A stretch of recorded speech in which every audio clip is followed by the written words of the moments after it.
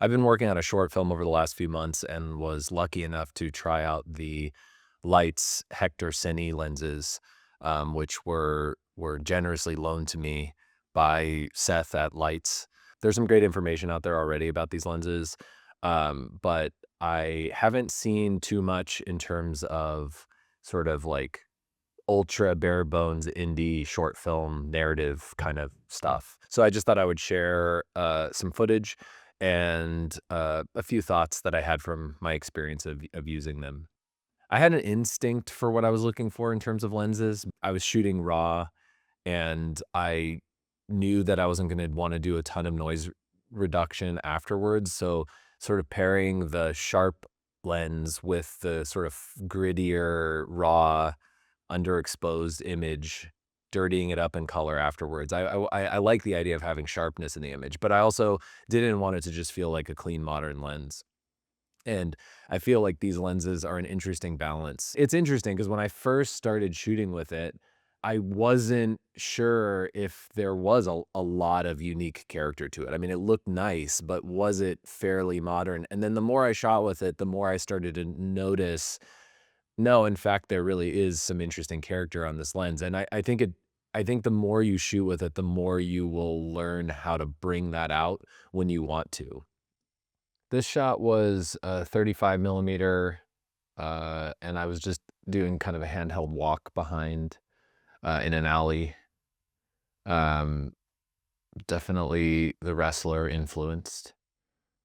This one is, I think this one's kind of interesting because you'll see as we pull into the parking lot, there's some really hot highlights bouncing off the windows back there. And you can really see how they sort of glow and shimmer. I think especially in black and white, there's this almost silver feel that these lenses create because of the way that if you look at her earrings too, the reflection off the earrings, there's something about the way that it renders shiny objects and out of focus objects that really creates this sort of beautiful old school vibe, but it still feels sort of modern in terms of its rendering of what's in focus in the center of the frame. This is 18 mil. Only big issue I had with the 18 mil is I had trouble NDing it from the front, which is kind of a bummer because I had planned to use it a lot outside and then I just wasn't possible because I was shooting in the bright desert sun and I was planning on shooting down at like a 8 anyway, so I didn't mind stopping down, but it was like a 16 and I just didn't want to do that. In theory, you should be able to put a matte box on the front of it. I did that and was catching a bit of vignetting in the edges. That's probably because I was using a square ND filter rather than a rectangular one, but definitely there's no ability to thread on. This obviously wouldn't be a problem if you had a rear ND built in like on the Sony, but my rear NDs are all for PL mount. Yeah, again, just the way that the water glows, I think is pretty. I really I dig it. This shot is an example. Again, this is the 100, and we shot it in 120 FPS on the V-Raptor. Super shallow depth of field because I'm trying to really isolate the cross. Again, like the way that it just handles the reflections on the little stones on the cross, the way that the light looks out of focus. I don't know. It's just it really works for me in black and white. This is in color. I'm using film box.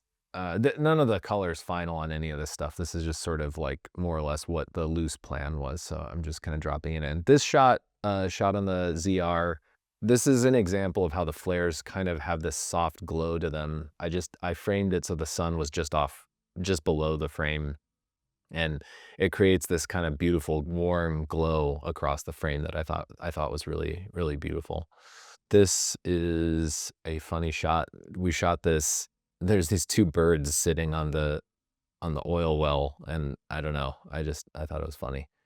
Also, I thought it was pretty gritty to have a oil well like 50 yards away from the just like a residential building.